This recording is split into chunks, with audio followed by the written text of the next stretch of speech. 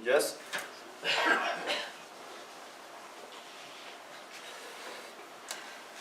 Ishte një grua që kishte vdekur për bashorti dhe kishte 3 djem.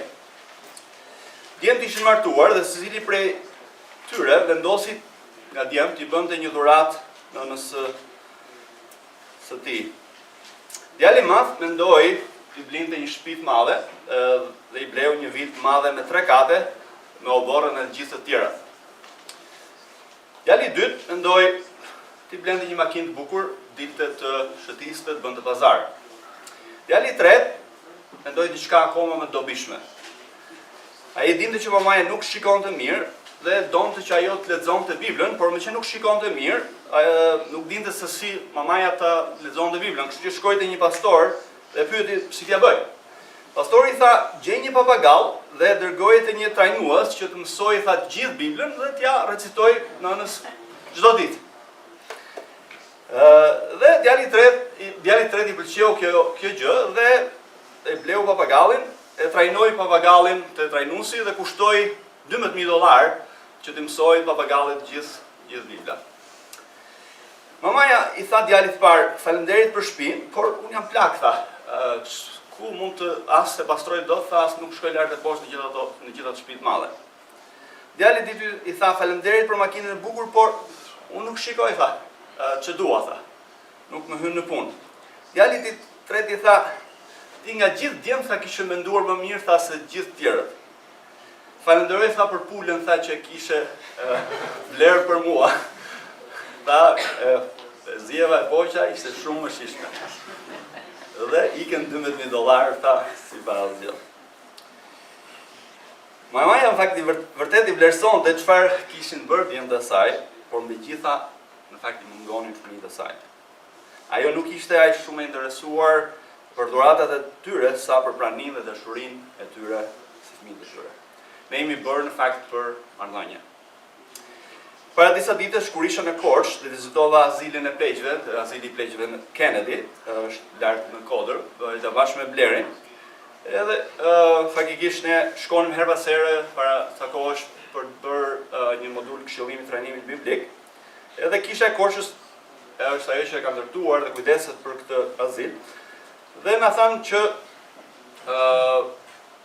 sonte mund të shkoni të fleni atje lart, edhe unë në fakt u habita thash një moment do të flen te azili i pleqjve, më ata thash një natës. Dhe vajtëm atje, por me habin time kishte nga kushtet më të mira, qoftë ambienti, qoftë ushqimi, qoftë kujdesi, gjithçka mund të them pa frikë mbase si një hotel me ose 4 yje. Dhe atje folëm me disa prej pleqjve, por më shumë më bëri përshtypje fjalët e një plaku, që tha kështu. Ky është vendi, tha, më mizerje, tha, që unë kam parë, tha, ndonjëherë në jetën time. Në fillim u habita sepse unë shikoja vendin, vendi ishte i mrekullueshëm, vet fjeta, vet hëngra në mëngjes. Në fakt është edhe majt Kodrës, edhe është ajri i pastër, shikon gjithë qytetin, domethënë është vend i mrekullueshëm. Nuk mund të kesh vend më të mirë. Por ai shtoi këto fjalë. Fëmijët, tha, më kanë lënë këtu, tha, dhe çfarë s'më hyn fare në vend ta në ky vend. S'më hyn fare. Ai nuk ishte i kënaqur as pak, sepse i mungonin fëmijët. Pra edhe një herë, ne jemi bërë për marrëdhënie, dhuratat sado të mira që janë, ato nuk na japin ne kënaqësinë dhe gëzimin e vërtet. Edhe vërteta është që ne jetojmë në një botë, edhe jetojmë ne si njerëz që çdo ditë ne faktikisht përjetojmë kënaqësi toksore, dikush më shumë e dikush më pak. Ne si njerëz besojmë se sa më shumë kënaqësi toksore, aq më lumtur dhe aq më të gëzuar do të jemi. Edhe ne zakonisht kërkojmë të kemi shëndet, punë, para, familje, ushqim të mirë, të bollshëm, udhëtime dhe pushime dhe vende sa më të bukura, të banosh në një vend sa më të rehatshëm, të jesh sa më rehat. Pastaj të tjerë që nuk kënaqen me këto gjëra, që nuk u hyn syn, ata duan pushtet, famë, seks, lavdi. Pastaj të tjerë që janë akoma të zhgënjur nga këto gjëra, shkojnë çik me tutje, i drejtohen drogës, pijeve, një jetë e pashfrenuar të çdo lloj forme. Pra njerëzit provojnë çdo lloj kënaqësie toksore, dhe edhe në marrëdhënie toksore, por në asnjë nga këto raste ato nuk janë as të kënaqur, as të lumtur, as të gëzuar. Pyetja është pse? Çfarë na mungon neve? Çfarë u mungon atyre? Në fakt e vërteta është që çfarë na thotë fjala e Perëndisë është që ne jemi krijuar në shëmbulltyrën e Perëndisë dhe vetmja gjë që mund të na kënaq neve është marrëdhënia. Marrëdhënia së pari me Perëndin tonë dhe krijuesin tonë përmes Jezu Krishtit. Ne na mungon marrëdhënia e vërtet me Perëndin dhe gjithashtu me njëri tjetrin, marrëdhënia e dashurisë.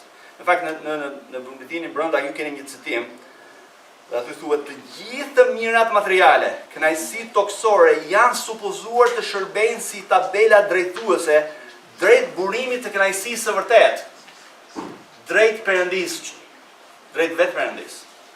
Pra, në fakt, Bibla thotë që, fjala e Zotit thotë që të gjithë të mirat që ne kemi dhe që përjetojmë çdo ditë, vinë nga Perëndia dhe madje na janë dhëruar falas nga Perëndia, siç thuhet tek para Timoteu 6:18, por ato janë supozuar, janë si një mjet, si një tabel që na shërbejnë neve për të na drejtuar tek burimi i vërtet, i gëzimit dhe kënaqësisë së vërtet që është Perëndia vetë. Pra e vërteta është që njerëzit janë të ndarë nga krijuesi i tyre. Pra njerëzit u mungon Perëndia, u mungon marrëdhënia e vërtet, një marrëdhënie e vërtet me krijuesin e tyre, prania e tij, dashuria e tij. Edhe asgjë toksore, asnjë lloj marrëdhënie toksore, asë do një gjëja më e mirë që njerëzit mund provojnë në këtë jetë, nuk mund ta zëvendësoj, nuk mund ta mbush gropën e zemrës njerëzore që është krijuar në shëmbulltyrën e Perëndisë. Jezusi thotë tek Gjoni 6:35, unë jam buka e jetës, unë jam buka e vërtetë. Kush vjen tek unë nuk do të ketë më kur uri, dhe kush do beson në mua, nuk do të ketë më kur etje. Pra jemi krijuar në shëmbulltyrën e tij për një marrëdhënie të vërtetë dashurie me Perëndin dhe me njëri tjetrin. Prandaj Perëndia ynë na ka shpëtuar neve në Jezu Krishtin, na ka rilindur, na ka pajtuar neve me veten e tij dhe na ka dhënë një marrëdhënie personale me të, kemi njohur atë personalisht dhe na ka dhënë një marrëdhënie edhe me njëri tjetrin si populli i tij i zgjedhur dhe i shpëtuar prej tij për të lavdëruar dhe lartësuar emrin e tij. Pra çështja është si të vazhdojmë neve në gëzimin e Zotit. Çfarë është ajo gjëja më e rëndësishme që ne duhet të përkushtohemi, që duhet të kujdesemi? Janë gjërat toksore apo marrëdhëniet e vërteta që Perëndia na ka dhënë neve? Pra për çfarë ne duhet kujdesemi, të ruajmë, të kultivojmë, të ushqejmë e gjitha më radhë? A duhet të jemi përkushtuar ndaj vetes apo ndaj Zotit dhe të tjerëve? Në fakt, sot kthehemi përsëri tek letra e Gezimit, dhe kthehemi në fakt, nuk e di shpresoj që nuk jeni të trishtuar, se herë e fundit që kthehemi sot te letra e Filipianëve. Gëzimi nuk varet nga rrethanat, por Jezusi është gëzimi jon, edhe ne sot do të shikojmë gëzimi i shenjtorëve të Perëndisë te vargjet 20 deri 23. Edhe siç thash, kjo është mbyllja e letrës, edhe për mua faktikisht ka qenë një nga letrat më të bekuara që ne kemi bërë së bashku, sigurisht edhe letrën e Romakëve. Por le të lexojmë së bashku Filipianëve kapitulli 4, vargji 20 deri 23. Mund të ndiqni nga Bibla tuaja ose mund të lexoni nga ekrani, mund të ikni nga ekrani bashkë me mua. Por Perëndisë tonë, Atit, lavdi në jetë të jetëve. Amen.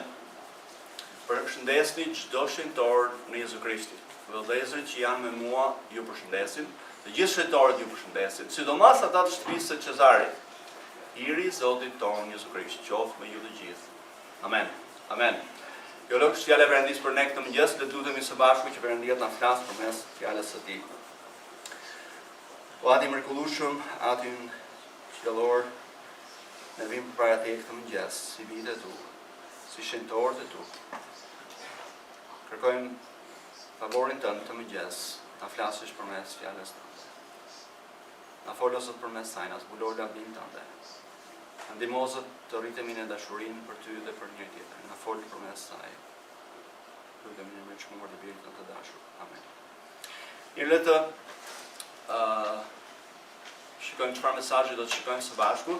Le të përkushtohemi ndaj marrëdhënies tonë më të rëndësishme me Perëndin dhe Atin ton dhe ndaj njëri tjetrit, sepse Perëndia përmes këtyre marrëdhënieve me anë të Hirit të Zotit tonë Jezu Krisht, ai e gëzimin dhe kënaqësinë e vërtetë. Dhe mund të ndiqni nga fletat tuaja, por do të shikojmë dy marrëdhënie ndaj cilëve ne më të rëndësishme që ne duhet përkushtohemi dhe bazën e tyre. Le të shikojmë së pari marrëdhënien e parë, marrëdhënia jonë e parë kryesore. Le të përkushtohemi ndaj marrëdhënies tonë me Perëndin dhe Atin tonë, sepse ai është burimi i gëzimit dhe kënaqësisë tonë të vërtetë. Le të shikojmë vargun 20. Por Perëndisë tonë, Atit, lavdi në jetë të jetëve. Amen. Në fakt, ne kemi qenë duke mbyllur letrën e Filipianëve dhe kemi qenë duke parë vargjet 10 deri në 19, kapitulli 4. Dhe siç e dimë, apostulli Paul ka shprehur mirënjohjen e tij të thellë Perëndisë dhe Filipianëve në një mënyrë krejtësisht të veçantë që na ndihmon neve të kuptojmë si të jo vetëm shprehim falënderimin tim, mirënjohjen e Perëndisë, por edhe si të shikojmë dhuratat që na jepen nga Perëndia. Dhe në këtë kontekst, në vargjet 10 deri në 13 ne kemi parë që apostulli Paul na ka mësuar që kënaqësia e vërtet gjendet tek marrëdhënia jonë me Perëndin, është diçka që ne mund ta mësojmë, pra nuk varet kënaqësia, gëzimi nga rrethanat. Pastaj kemi parë herën e fundit në vargjet 14 deri në 19 që Perëndia na jep neve këtë privilegj tepër të madh, që ne të përfshihemi në punën e tij të madhe të ungjillit dhe shpëtimit të njerëzve dhe që ne të japim me të japim si një privilegj i madh, si një kënaqësi e madhe, me përfitim shpirtëror dhe të përjetshëm, ne japim si një adhurim të tij dhe me besim tek ai që ai është siguruesi i çdo nevojës tonë. Dhe tani vjen në vargu 20 dhe apostulli Paul, çfarë shikojmë është që në një farë mënyrë vargu 20 është i lidhur ngushtë me vargu 19, por besoj jo vetëm me vargu 19, por i lidhur me gjithë letrën.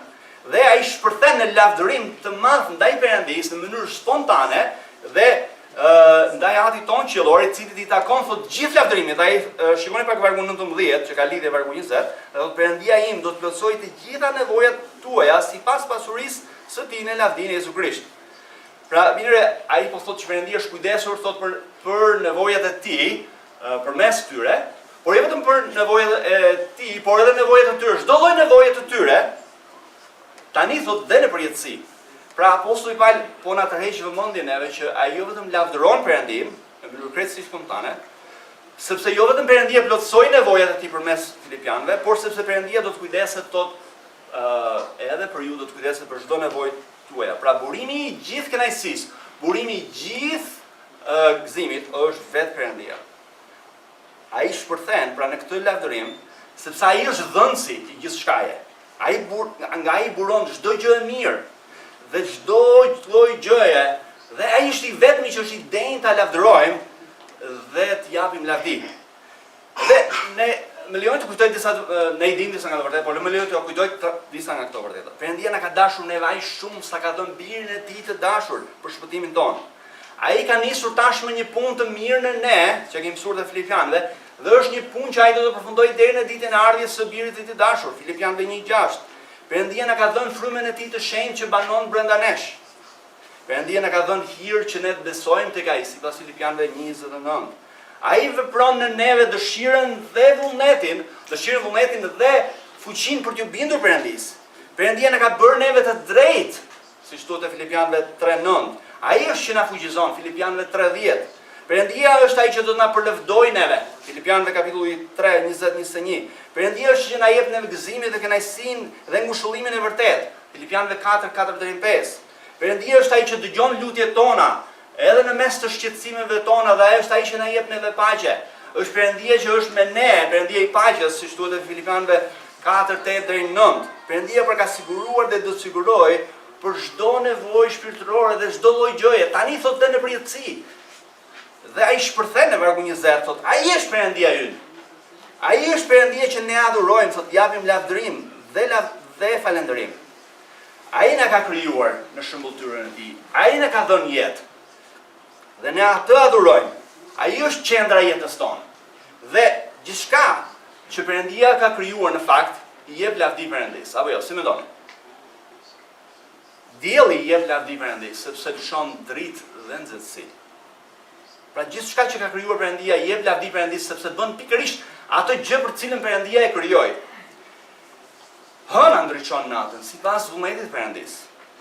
Deti, toka, pemët, drurët, kafshët, shpendët, gjallësat ujore, toksore dhe çdo gjë jep lavdi Perëndisë, sepse është duke bërë pikërisht atë gjë për cilën Perëndia e ka krijuar. Te Psalmi 19:1 thuhet, qiejt tregojnë lavdinë e Perëndisë, kupa qiellore shpall veprën e duarve të tij. Por e dini kush është krijesa e vetme? Krijesa e vetme që nuk i jep lavdi Perëndisë është njeriu. Madje ne jemi kurora e krijimit të Perëndisë. Ishim ata që do të ishim mbretërit e Perëndisë mbi tokë, ne që jemi krijuar në shëmbulltyrën e tij për të adhuruar Perëndin, për të shërbyer atij, ne nuk e adhurojmë dhe nuk e lavdërojmë atë si Perëndi. Në fakt, asnjë njeri, thot Bibla, nuk bën atë gjë për cilën është krijuar. Edhe ironia më e madhe për ne si njerëzor, në fakt, total jashtë pak shëndimeve, ironia më e madhe për ne si njerëz është që ne mendojmë se jemi njerëz mirë, dhe pse? Ne nuk vjedhim, nuk e njehim, nuk vrasim, nuk bëjmë këtë. Imagjinoni një makinë që kjo makina as nuk të shtyp, as nuk të vret, as nuk të bën asnjë lloj gjëje, por e vetmja gjë që nuk bën kjo makinë është që nuk të çon askund. Edhe mund të themi që kjo është makinë e mirë? Jo. Fakti që nuk bën disa gjëra nuk do të thotë që është makinë e mirë. Apo jo. Te Romakëve 3:23 thuhet sepse gjithë mëkatuan dhe u privuan nga lavdia e Perëndisë. Të gjithë njerëzit kanë mëkatuar dhe nuk ka asnjëri të mirë, as edhe një, thot Bibla. Të gjithë nuk bëjnë atë gjë për cilën u krijuan të bëjnë.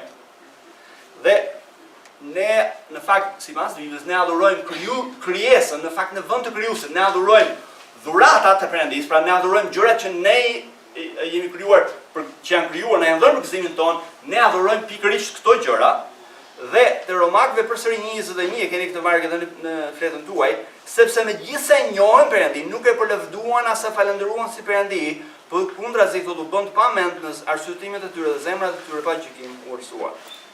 Pra njerëzit megjithse e dinë që ka një Zot, ne nuk e adhurojmë, nuk e përlëvdojmë dhe nuk e lavdërojmë atë si Zot. Megjithatë, ne si populli i tij, Perëndia na ka shpëtuar neve, na ka bërë neve pjesë të familjes së tij që ne ta adhurojmë, lavdërojmë dhe falënderojmë si Perëndia ynë. Ai është krijuesi ynë, ai është shpëtimtari ynë në birin e tij të dashur. Që ne të lavdërojmë emrin e tij, që ai të jetë qendra e jetës tonë, që ai do të jetë arsyeja për cilën ne jetojmë. Asgjë dhe askush nuk duhet të zërë vendin e Perëndisë në jetën tonë, as në zemrat tona. Madje ai duhet të jetë qendra e çdo gjëje në cilën rrotullohet jeta jonë. Ai do të jetë kënaqësia dhe gëzimi jonë për aq sa ne jemi në mënyrë të vazhdueshme duke mbajtur Jezu Krishtin në qendër të jetës tonë. Pra Perëndia do të jetë në qendër të jetës tonë. Edhe më lejoni të them që çështja e gëzimit, pra çështja e kënaqësisë është çfarë ne realisht adhurojmë në të vërtetë.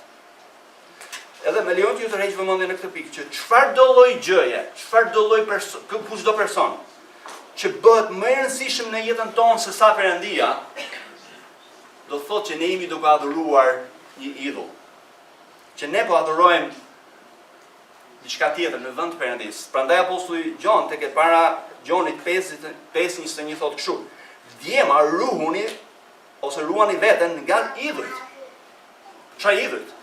Në fund i letrës, pse duhet flas apostulli Gjon për ruajtjen nga idhujt? Pra idhull është çfarëdo lloj gjëje, kushdo lloj personi që është më i rëndësishëm në jetën tonë se sa vetë Perëndia. Pra kënaqësia dhe gëzimi ynë i vërtetë varet çfarë ne adhurojmë. Nëse adhurojmë diçka tjetër apo diçka tjetër në vend të Perëndisë, ne do të humbasim kënaqësinë dhe gëzimin e vërtetë. Edhe le të përkushtohemi këtë mëngjes, të duam të adhurojmë, të lavdërojmë dhe bindemi vetëm Perëndisë. Le të jetojmë për të kënaqur atë dhe vetëm atë, sepse ai është kënaqësia dhe burimi i kënaqësisë. Apostulli Paul jo vetëm që thotë që Perëndia është Perëndia ynë, që ne adhurojmë, por ai është edhe Ati ynë. Ai është Ati ynë qiellor që është kujdesur, po kujdeset dhe do të kujdeset përgjithmonë. Dhe ne e adhurojmë atë si Perëndin dhe Atin ton duke mos u shqetësuar për asgjë, duke kërkuar sparimi i gjitha, para së gjithash mbretërinë e tij dhe drejtsinë e tij. Pra, çfarë adhuron Perëndin me besim është kur ne kërkojmë atë të parin. Kërkojmë të lavdërojmë atë në gjithçka Dhe ai premton që do të kujdeset për neve, për nevojat tona. Pra ai është Ati ynë qiellor. Ai është kënaqësia jon e vërtet, ai është ai që kujdeset dhe ka kënaqësi të kujdeset për ne. Ne shpeshherë ecim në jetë sikur Perëndia na ka harruar, sikur Perëndia ne duhet ta bëjmë Perëndin, ne duhet ta kujtojmë Perëndin të kujdeset për ne. Kur në fakt është ai që na mban neve gjallë, është ai që kujdeset për çdo detaj të jetës tonë. Ai nuk ka kursyer, madje Bibla thot as birin e tij të vetëm, pra e dha birin e tij për shpëtimin ton, pra si ne mendojmë që ai do të kursej diçka tjetër për neve. Pra mendoni një moment bashkë me mua. Perëndia ka dhënë gjën më të shtrenjtë. A nuk do të na jep neve, a do të kurse, nuk do jep na gjithçka tjetër. A do kursen ai diçka tjetër ndaj nesh. Para se të kalojmë tek marrëdhënia jonë e dytë e rëndësishme, me lejon të bëj disa pyetje. Nëse marrëdhënia me Perëndin është më e rëndësishme. Pra ju besoni këtë mëngjes bashkë me mua, apo jo? Marrëdhënia me Perëndin është marrëdhënia jonë më e rëndësishme, apo jo? Po apo jo? Okej, lavdi Zotit. Por nëse ai është gjithashtu burimi i kënaqësisë dhe gëzimit, nëse Perëndia është ai që ne adhurojmë, dhe nëse Perëndia është Ati ynë qiellor, a nuk duhet ne të jetojmë për të kënaqur atë? A nuk duhet i kushtojmë rëndësinë më të madhe fjalës së tij, të dëgjimit të fjalës së tij, të leximit të fjalës së tij, të studimit të fjalës së tij, të meditimit dhe bindjes ndaj fjalës së tij? A nuk duhet të jetë koha jonë me Perëndin dhe fjalën e tij, lutje? Koha jonë më e rëndësishme që ne nuk duhet ta neglizhojmë dhe lëmë vazhdorëm asnjëherë. A duhet dhe mund të themi që ne nuk mundemi apo nuk kemi kohë të lexojmë fjalën e personit më të rëndësishëm në gjithë universin? Fjala e tij ka rëndësi më shumë se çdo gjë tjetër. Dhe a mund të themi ne që nuk mund ta lexojmë fjalën e tij apo nuk kemi kohë ta lexojmë fjalën e tij? Është absurditet, apo jo? Ta mendosh. Jo më ta bësh. Por ne gjithmonë gjejmë, më lejon të rreq vëmendje në këtë gjë. Ne gjithmonë gjejmë kohë dhe i kushtojmë kohë asaj gjëje dhe atij personi që ne konsiderojmë të rëndësishëm. Gjithmonë çështja e bërit të gjërave ka të bëjë me çfarë është e rëndësishme për neve. Nëse ne nuk i kushtojmë kohën e dur dhe të mjaftueshme fjalës së Zotit dhe lutjes, do thotë që me të vërtetë Perëndia nuk është aq e rëndësishëm sa ne themi apo besojmë që besojmë, apo të themi që besojmë. Prandaj Zoti na thret këtë mëngjes të pendohemi nga çfarëdo gjëje apo personi ka zër vendin e tij në jetën tonë. Ai na thret ta heqim çfarëdo lloj personi, gjëje që është në qendër të zemrave tona. Ajo gjë që apo person që ne i kushtojmë mendimet, kohën dhe energjinë tonë më të madhe, kjo gjë apo ky person është çfarë në të vërtetë ne adhurojmë, jo çfarë themi ne që adhurojmë. Ne jemi krijuar dhe shpëtuar të adhurojmë vetëm Zotin. Pra marrëdhënia jonë më e rëndësishme dhe kryesore, e parë dhe parësore, është marrëdhënia jonë me Perëndin. Ai është Perëndia ynë dhe shpëtimtari ynë, dhënësi dhe është ai që na ka krijuar në shëndetyrën e tij për ta njohur atë, për ta adhuruar atë, lavdëruar atë, falëndëruar atë dhe për të qenë ai qendra e jetës tonë, për të mirën tonë.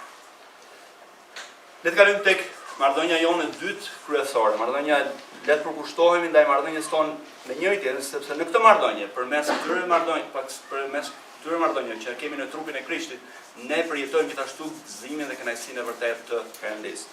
Dhe ne do të shkojmë faktikisht 6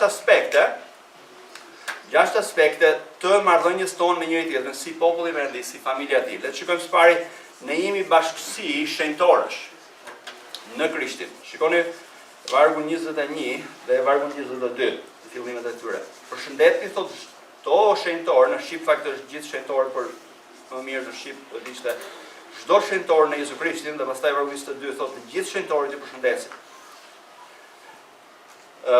Apostulli Paul po i drejtohet Kishës, por këtë letër kush do ta marrë? Pra, duket që këtë letër do ta marrin drejtuesit e Kishës, siç e shikojmë në Filipianëve 1:1, dhe po i thot drejtuesit e Kishës që ata të përshëndesin çdo shenjtor. Dhe apostulli Paul jo vetëm që dërgon përshëndetje të ngrohta Kishës, por i dërgon përshëndetje në një mënyrë të veçantë, ju kujton atyre kush janë në Jezu Krishtin. Dhe person, pra secili prej nesh që ka besuar në Jezu Krishtin, si Zot dhe shpëtimtar, është shenjtor. Pra identiteti jonë i vërtet si besimtar është që ne jemi shenjtor. Ne jemi shenjtor jo sepse kemi bërë ndonjë gjë për të quajtur të shenjt, por jemi shenjtor në Jezu Krishtin.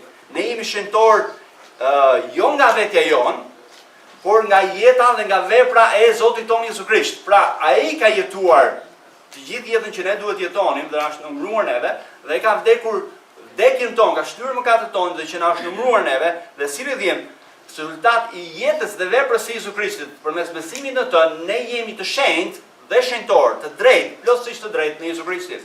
Ne jemi të shenjtët e Jezu Krishtit. Kisha katolike mendon se shenjtor janë disa njerëz që kanë bërë gjëra vepra të mëdha, por sipas Biblës, shenjtor janë të gjithë ata që kanë besuar në Jezu Krishtin, në çdo letër të apostullit Paul, në përshëndetje dhe kudo, u drejtohet besimtarëve, të gjithë besimtarëve, pa përjashtim, pa dallim, të vegjël, të mëdhej apo çfarë do lloj besimtari, ka bërë shumë apo ka bërë pak, beson shumë apo beson pak, të gjithë janë shenjtor të Jezu Krishtit.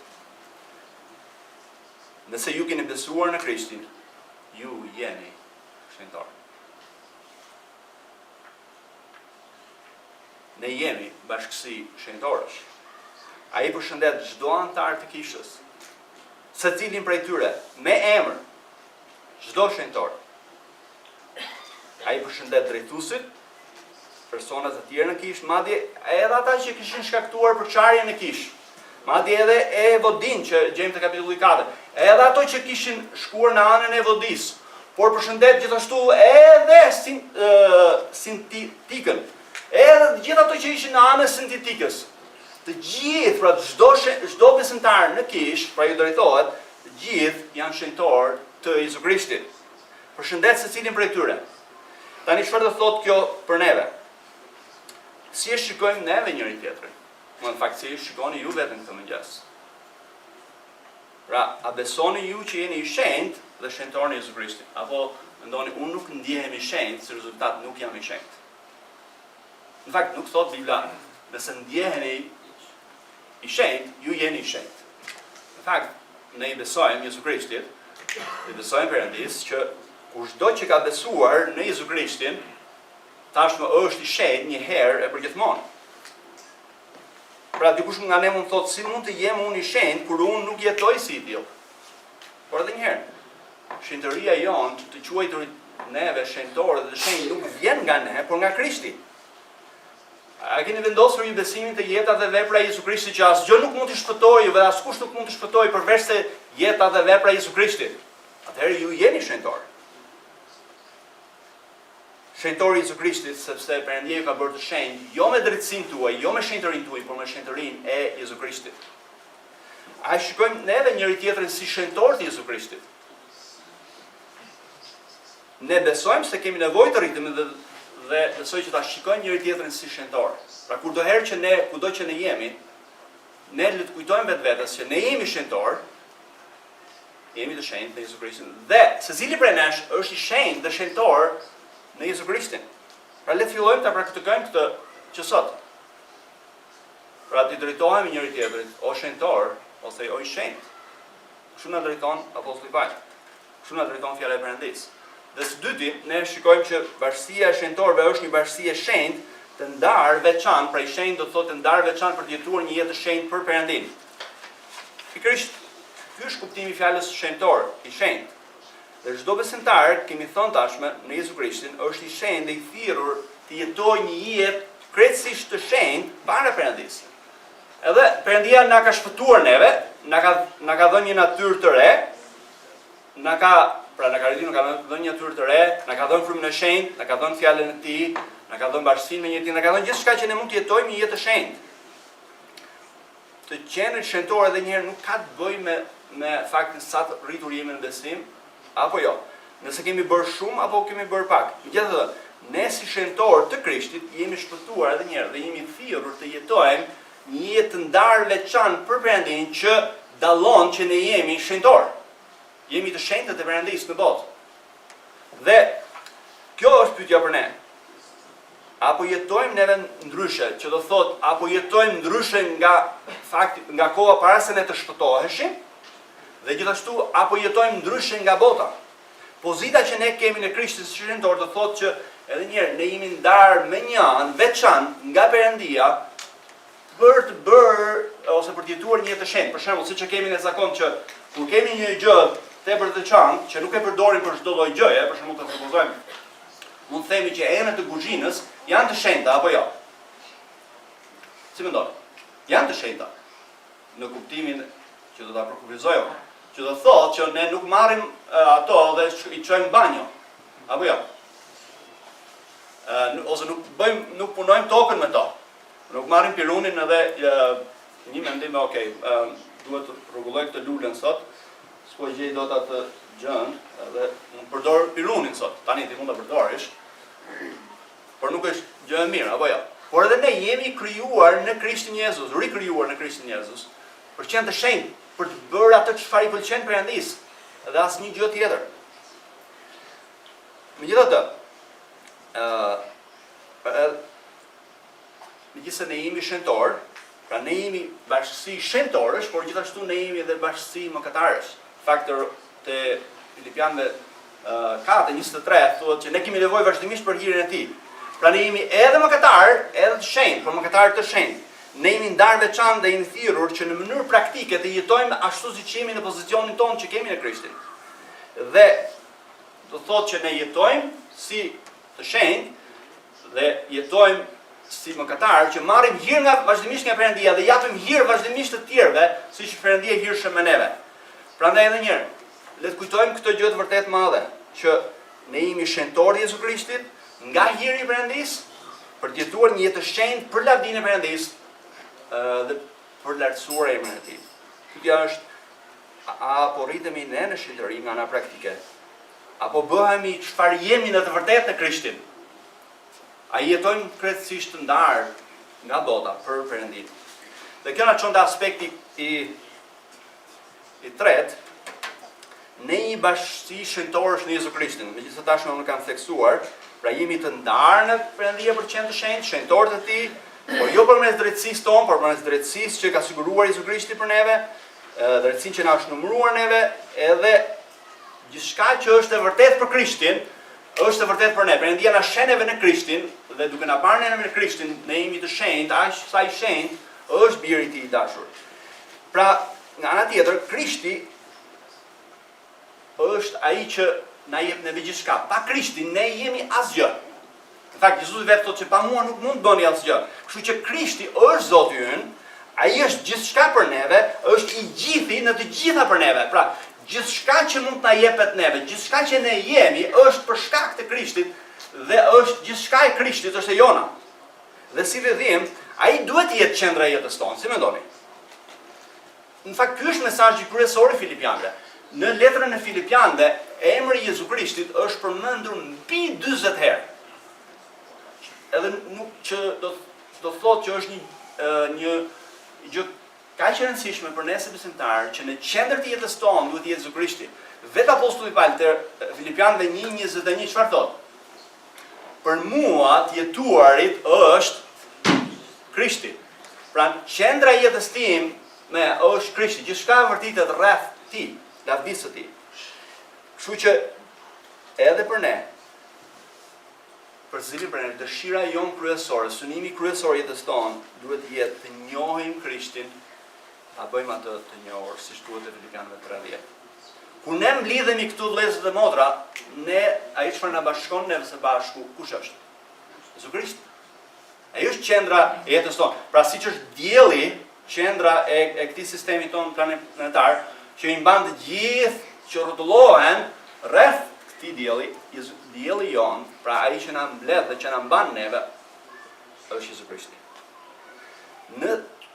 Dhe si rrezim këtë mëngjes, nëse Jezu Krishti nuk është arsyeja pse ne jetojmë, në hirin e tij, pra Perëndia na fton neve këtë mëngjes, ai duhet të jetë qendra e jetës tonë. Nëse ju jeni spostuar, apo ai keni spostuar nga qendra e jetës tuaj, Perëndia na fton neve këtë mëngjes të vendohemi dhe çfarëdo lloj gjëje që ka zënë vendin e Jezu Krishtit, të jetë Jezu Krishti në qendër të jetës tonë. Dhe kjo na çon neve te aspekti i katërt. Bashkësia e shenjtorëve është bashkësi e një familje. Edhe shikoni pak vargun 22. Vëllezërit që janë me mua, ju përshëndesin. Perëndia është Ati ynë i përbashkët përmes rilindjes në Jezu Krishtin dhe ne jemi të gjithë vëllezërit dhe motra në Jezu Krishtin. Pra çdo person që ka lindur nga Perëndia përmes besimit në Jezu Krishtin është pjesëtar i familjes Perëndisë. Kisha nuk është bashkësia e të diturve, kisha nuk është bashkësia e të mençurve, kisha nuk është bashkësia e të shkolluarve apo të pashkolluarve, nuk është e të varfërve apo të pasurve. Ne jemi vëllezër dhe motra në Krisht. Shenjtorët në Filipi dhe shenjtorët në Rom janë vëllezër dhe motra në Krishtin. Jemi të gjithë shenjtorë në Jezu Krishtin, të gjithë shpëtuar nga Perëndia. Perëndia është Ati ynë, Jezu Krishti është shpëtimtari ynë, të gjithë ne jemi shenjtorë dhe vëllezër dhe motra në Jezu Krishtin. Ne jemi vëllezër dhe motra me besimtarët kudo që janë në botë, me besimtarët që janë në Serbi, me besimtarët që janë në Greqi, me besimtarët që janë në Itali, me besimtarët që janë në kudo, në Iran, në Irak, apo në Palestinë, apo kudo. Të gjithë janë vëllezërit dhe motrat tonë në Krisht, këtu në Tiranë, në Bajramtulli, në Korçë, apo në Sarand, kudo që janë gjithë shenjtorët e Jezu Krishtit, të gjithë jemi vëllezërit dhe motra në Krishtin. Ne mblidhemi së bashku si familje Perëndisë, pra që ne nga dashuria për njëri tjetrin, pra ne jemi vëllezër dhe motra, dhe një nga gjërat që i dallon vëllezërit dhe motrat është që duan praninë e njëri tjetrit, pra duan të mblidhen së bashku, të shohin fytyrat e njëri tjetrit, të flasin me njëri tjetrin, të duan njëri tjetrin. Pra ne mblidhemi sepse jemi vëllezër dhe motra në Krishtin dhe Perëndia është Ati ynë, Jezu Krishti është Zoti ynë dhe shpëtimtari ynë. Dhe kjo na çon neve tek aspekti i pestë, apo i pestë. Bashkësia e shenjtorëve është bashkësi që mbështesin njëri tjetrin, pasi kam unë numrat aty këtu nuk korrespondojnë, por nuk kanë si besoj se është e pesta. Shikoni vargun edhe një herë vargun 22, ku thotë vëllezërit që janë me mua ju përshëndesin. Tani mbani mend ku ishte apostulli Paul kur shkruan tek të letër? Po, ishte në Rom, po ishte në burg. Dhe nuk besoj që ishte një vend i rehatshëm, as nuk ishte një vend i bukur. Madje te Filipianëve kapitulli 1 ne mësojmë që ishin disa drejtues të kishës në Rom që për ta ulur Palin edhe për ta ngritur veten e tyre, po e kritikonin Palin. Dhe që të mbështetshë Palin në këtë kohë, një person që është në burg edhe që po kritikohet, nuk ishte një gjë e favorshme. Megjithatë, apostulli Paul kishte pranë tij njerëz si Timoteun, Epafroditin, edhe disa të tjerë që nuk i përmend në këtë vargje. Edhe apostulli Paul tek e dyta Timoteut kapitulli 4, 16 dhe 17 thotë që ai qëndroi veten dhe madje ishte në gjendje që qëndronte i veten, por sigurisht që apostulli Paul e vlerësonte shërbesin e atyre që rrezikonin si reputacionin e tyre dhe jetën e tyre, siç thuhet para e dyta Timoteut 1:16, 17 apo 4:11. Edhe një vëllezër dhe motra, çështja është që ne si vëllezër dhe motra, si në çdo familje, apo jo. Pra nuk ka familje që nuk ka mosmarrveshje. Apo jo? Në çdo familje që është familje, ka mosmarrveshje, apo jo? Kisha është një familje dhe brenda kishës ka mosmarrveshje. Midis vëllezërve, motra, për gjëra të caktuara, apo jo? Po megjithatë, ne jemi vëllezër dhe motra që kemi nevojë për mbështetjen e njëri tjetrit. Prandaj jemi vëllezër dhe motra që të kujdesemi për njëri tjetrin. Dhe kjo na çon tek e fundit, bashkësia e shenjtorëve është bashkësi që rritet. Shikoni vargu 22 përsëri, pjesa e fundit e vargut, të gjithë shenjtorët ju përshëndesin, sidomos ata të shtëpisë së Cezarit. Tani vini re që është e veçantë që apostulli përmend edhe një herë të gjithë shenjtorët që dërgojnë përshëndetje, por në mënyrë të veçantë të shtëpisë së Cezarit. Tani kush janë këto të shtëpisë së Cezarit? Cezari e dim që është perandori i Romës, është një emër pra titull që përdoret për gjithë perandorët, pra ai mund të jetë Claudius, por prapë ka emrin Cezar. Tani te kapitulli 1 ne kemi parë që apostulli ju shkruan këtyre besimtarëve dhe ju thotë që mos u shqetësoni për mua. Në fakt, në gjithë se unë jam në burg, thotë, unë përsëri kam pasur mundësi shumë të madhe për të ndarë ungjillin, edhe shikoni tek Filipianëve 1 thot tani vëllezër duhet ta dini se gjërat që më kanë ndodhur ndihmuan më shumë për përhapjen e Ungjillit. Ai sa gjithë preteriumi dhe të tjerë mbare dinë se unë jam në vargojnë për Krishtin. I gjithë preteriumi, ishte gjithë kohorta, gjithë njerëzit e Cezarit kishin dëgjuar për Ungjillin. Preteriumi kishte mbi 16.000 njerëz. Dhe apostulli Paul kishte pas mundësi të predikonte Ungjillin gjithë këtyre njerëzve. Dhe këta ishin njerëzit që i shërbenin Cezarit dhe së fillim një pjesë e tyre ishin bërë besimtarë. Pra shikoni, Ungjilli ka depërtuar deri në majat më të larta të perandorisë romake të botës. Apostulli Paul është i gëzuar dhe thret dhe besimtarët në Filipi të gëzohen për këta shenjtorë që janë pjesë e njerëzve që i shërbenin Cezarit dhe thotë i dërgon në mënyrë të veçantë përshëndetje se si duket për shkak se Filipia ishte koloni e Romës, ka mundësi që këta shenjtorë, tani që ishin bërë shenjtorë në Krishtin, duhet i njihnin personalisht besimtarët në Filip, prandaj u thotë ju dërgoj përshëndetje të veçantë. Por madje disa prej këtyre besimtarëve, disa prej këtyre shenjtorëve gjenden te Romakëve 16, por në mënyrë të veçantë apostulli Paul tek kjo pjesë po thotë që në mënyrë të veçantë janë këta që janë shpëtuar tani përmes predikimit të apostullit Paul që është në burg. Pra ne mund mendojmë që qendri në burg është e vështirë për shërbyer Krishtit apo shërbyer Perëndisë. Por mendoni pak për un moment për kohën kur shërbeu Pauli ndërkohë që ishte në burg. Perandori i Romës ishte Nero, edhe në thuhet nga historia që ishte një njerëz shumë i lig. Ai kishte ardhur në pushtet në moshën 17 vjeç, pasi mamaja kishte helmuar burrin e saj të tretë, Klaudios, i cili ishte gjithashtu ose xhaxhai ose daja i Neros. Pas 5 vjetësh Nero vrau maman e tij sepse mamaja e shtynte shumë, pra domethënë acaronte, domethënë i tregonte çfarë ai duhet bënte. Pas 3 vjetësh më vonë Nero vrau dhe gruan e tij që të martohej me një tjetër. Thuhet që vrau dhe një sër oficerësh të lartë dhe një sër njerëzish të senatit. Dhe pse them gjithë këto? Në të gjithë këto lloj intrigash sundonte Cezari ose Nero. Dhe ishte një ambient, besoj, ku këta shenjtorë shërbenin, ishte një ambient i korruptuar, si mendon. Pra duhet ishte i korruptuar, ishte pjesa. Megjithatë, Ungjilli u përhap. Vëllezërit e motra, Perëndia na ka thirrur në një vend ku në fakt ulëzon korrupsioni, apo jo? Ne gjithë ankohemi për korrupsion. Apo jo? Por a mendojmë neve që është e pamundur të përhapet Ungjilli? Në fakt Ungjilli mund të rrezatojë në vendin tonë më shumë. Por çështja është që Ungjilli të përhapet rrezatojë, ne duhet të jetojmë me integritet, duke mos i përshtatur botës. Jo besimtarët na shikojnë neve çdo ditë dhe bëjnë pyetjen: a do të jetojmë neve sipas Ungjillit apo jo? A do të jetojmë neve sipas asaj çfarë themi apo jo? Dhe a do të japim atyre shkas që të mos pendohen apo jo? Sepse drita jonë shkëlqen përmes Ungjillit. Por ata duke shikuar jetën tonë që ne mund bëjmë kompromis, mund të ndikojë tek ata të mos pendohen. Nëse ne jetojmë si shenjtorë në botë, Perëndia do të na përdorë neve për shpëtuar të zgjedhurit e tjerë. Apo jetojmë neve si shenjtorë të Krishtit. Nëse ka ndonjë mënyrë që ne nuk po jetojmë sipas Ungjillit, pra nëse ka ndonjë mënyrë që ne kemi bërë kompromis në botë. Pra nëse në një mënyrë që kemi bërë kompromis në punë, në shkollë, në shtëpi apo kudo, Perëndia na thret neve këtë mëngjes të jetojmë si ata që ne jemi në Krisht, si shenjtorë. Pra kemi parë dy marrëdhënie kryesore.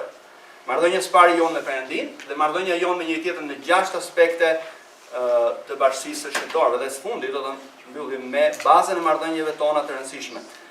Marrëdhënia jonë me Perëndin dhe me njëri tjetrin është e bazuar në hirin e Perëndisë. Dhe hiri i Zotit tonë Jezu Krisht qoftë me ju. Dhe kjo është pikërisht marrëdhënia, kjo është pikërisht baza mbi cilën ndartohet marrëdhënia jonë edhe me Perëndin, edhe me njëri tjetrin. Jezu Krishti është Zoti ynë që ai ka ardhur të na shpëtonte, është ai që na pajtoi me Perëndin dhe është ky hiri i pafund, ky është ky hiri i mrekullueshëm që është ky favori i pamerituar i Perëndisë ndaj nesh, që ne meritojmë gjykimin e tij por megjithatë ai jo vetëm që nuk na ka dhënë atë çfarë ne meritojmë, por është treguar i favorshëm dhe duke na dhënë të kundërtën asaj që meritojmë. Kështu që ne jemi pranuar nga Perëndia përmes hirit të tij. Perëndia përmes hirit të tij na ka bërë neve bijtë e tij, përmes hirit të tij ne ecim në shenjtëri, sepse ne përpara se shpëtoheshim ishim egoist, ishim rebel. Hiri Jezu Krishtin na motivon neve madje të mohojmë vetveten tonë, ai është ai që na deshin aq shumë dhe dha veten e tij për neve. Është hiri i tij që na thret të mohojmë dëshirat tona dhe ndjekim atë. Është hiri i tij dhe përmes hirit të tij, të cilët ne jetojmë çdo ditë. Dhe te Romakëve 5:1-2, ju keni këtë pasazh edhe në fletën tuaj, është pikërisht hiri i Perëndisë që na ka pajtuar dhe në cilën ne qëndrojmë. Dhe shikoni çfarë thot Romakëve 5:1-2. Të shfaqsuar pra me anë të besimit kemi paqen me Perëndin nëpërmjet Jezu Krishtit, Zotit tonë, me anë të cilit patëm nëpërmjet besimit hyrjen në këtë hir në cilin qëndrojmë të patundur dhe mburremi në shpresën e lavdisë Perëndisë. Pra vini re, ne kemi hyrë me anë të hirit dhe qëndrojmë me anë të hirit. Dhe ne kemi nevojë për këtë hir çdo ditë që na mundson të adhurojmë Perëndin tonë, adhurojmë si Perëndin tonë Atin, na mundson të kapërcejmë të gjitha vështirësitë. Është ky hir që në çfarë do lloj vështirësie që ne jemi, është ky hir që është i mjaftueshëm për të na ndihmuar neve. Është ky hir që na ndihmon neve që të gjejmë kënaqësinë në Jezu Krishtin dhe me anë të forcës së tij të jemi të kënaqur në të. Është po ky hir që na forcon neve të japim me kënaqësi, me sakrificë dhe me gëzim. Hiri i Zotit Jezu Krishtit është i vlefshëm edhe një vëllezër motra këtë mëngjes, që të jetojmë për Krishtin, të rritemi dhe të bëhemi si Krishti. Është ky hir i Perëndisë që është i mjaftueshëm që të qëndrojmë së bashku krah për krah njëri tjetrit për ungjillin e Krishtit. Edhe madje edhe në mes të kundërshtimeve. Ky hir i Perëndisë është i mjaftueshëm që të shërbejmë atij, pra Perëndia në vend të dispozicion hirin e tij. Hiri i tij është i mjaftueshëm që ne të ecim në mënyrë të përulur siç eci Krishti. Është i mjaftueshëm hiri i tij që të bindemi Perëndisë. Është hiri i mjaftueshëm që të mos jetojmë në botë duke ankuar. Është hiri i mjaftueshëm i Perëndisë që të ndriçojmë për Perëndinë në këtë botë, në këtë vend të errët të mëkatit. Të ruhemi nga mësimi i rrem, të ndjekim Krishtin, të njohim Krishtin, të bëhemi si Krishti, të ndjekim shembujt e Perëndishëm dhe të evitojmë shembujt e paperëndishëm. Është po ky hir që na ndihmon të zgjidhim mosmarrveshjet me njëri tjetrin. Është po ky hir që ne gjejmë kënaqësinë dhe gëzimin tek Perëndia. Është po ky hir që na jep neve hir që të shkojmë përpara Perëndisë dhe çfarë do lloj shqetësimi të parashtrojmë kërkesat tona me lutje dhe përgjërim dhe falënderim dhe Perëndia i paqes do të ruajë zemrat tona. Është po ky hir i Perëndisë që na ndihmon neve të zonë çdo lloj mendimi që është sipas ungjillit dhe të jetojmë sipas ungjillit. Pra është hiri i Perëndisë që është i vlefshëm për çdo situatë. Është njëjti hir që Perëndia është i durueshëm me ne, që na jep hir të dimi durueshëm me të tjerë siç është ai i durueshëm me neve. Hiri i tij mjaftueshëm është nëse ju jeni bashkëshortë të mëngjes, dhe bashkëshorta juaj po tregohet në një mënyrë të tillë që mbase është e padurueshme, por hiri i tij mjafton për juve që mund të jeni durueshëm me bashkëshortën tuaj. Nëse jeni bashkëshortë dhe bashkëshorti juaj po tregohet kryeneç, hiri i Perëndisë përsëri është i mjaftueshëm për të dashur bashkëshortin tuaj. Hiri i Perëndisë është i mjaftueshëm për ju nëse jeni duke punuar diku dhe është e vështirë punoni për Krishtin. Hiri i mjaftueshëm i Perëndisë të studioni për Krishtin në shkollë.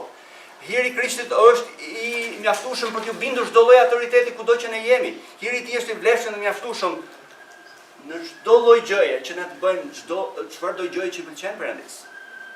Vëllezër motra, ka hir pas hiri. Çdo hir, pra i Perëndisë është në dispozicionin tonë ndaj nesh. Në çfarëdo lloj vështirësie që ne jemi, hiri i tij është i mjaftueshëm. Sado vështirë që qoftë situata, pavarësisht nga çdo rrethane, hiri i tij është i mjaftueshëm, është i bollshëm. Hiri i tij mjafton në çdo betejë, në çdo mëkat dhe çdo lloj problemi.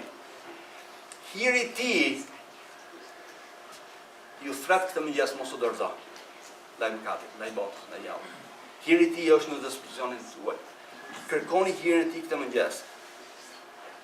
Për lavdinë e tij. Ju ftoj këtë mëngjes ta përkushtojmë veten tonë ndaj marrëdhënies tonë me Perëndin dhe njëri tjetrin. Ju ftoj në fakt fjala e Perëndisë jonë. Nëse fjala e tij ju ka treguar diçka që ju duhet pendoheni këtë mëngjes, mos u ngurtësoni, por pendoheni. Nëse ka një aspekt të bashkësisë dhe shërbimit në kishë, ju keni nevojë të pendoheni, të ndryshoni, të rriteni. Hiri i Zotit ju thret këtë mëngjes të pendoheni, të ndryshoni. Vëllezërit e motra, gëzimi nuk varet nga rrethanat, por nga marrëdhënia jone afërt me Jezu Krishtin, sepse ai është qendra e jetës tonë. jetoni për Krishtin, le të jetojmë për Krishtin, le të kemi mendjen e Krishtit, le të synojmë të bëjmë gjithçka që pëlqen Krishtit, të mbështetemi te Krishti dhe hiri i tij është i mjaftueshëm. Vëllezër motra, ne do të njohim gëzimin e Zotit përmes hirit të tij. Do të heqim fokusin nga vetja jon dhe do të vendosim fokusin të kënaqim Perëndin dhe fokusin të jetojmë për të shërbyer të tjerëve dhe për të bërë të tjerë të gëzuar. Siç është Perëndia e përkushtuar për të mirën tonë, Perëndia na thret këtë mëngjes të fokusohemi jo te vetja jon, por të fokusohemi te lavdia e tij dhe për të ushtimin për të mirën e gjithë njerëzve të tjerë. Ne do të njohim gëzimin e Zotit kur dëshmojmë për ungjillin e Jezu Krishtit. Për ungjillin që ka ndryshuar jetën tonë, që ndryshoi jetën e të tjerëve për lavdinë e Perëndisë. Gëzimi është vërtet të njohësh Perëndin dhe të kesh bashkësi me të.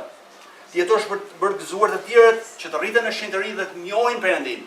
Pra vëllezër e motra, hiri i tij këtë mëngjes na thret neve të gjitha këto gjëra.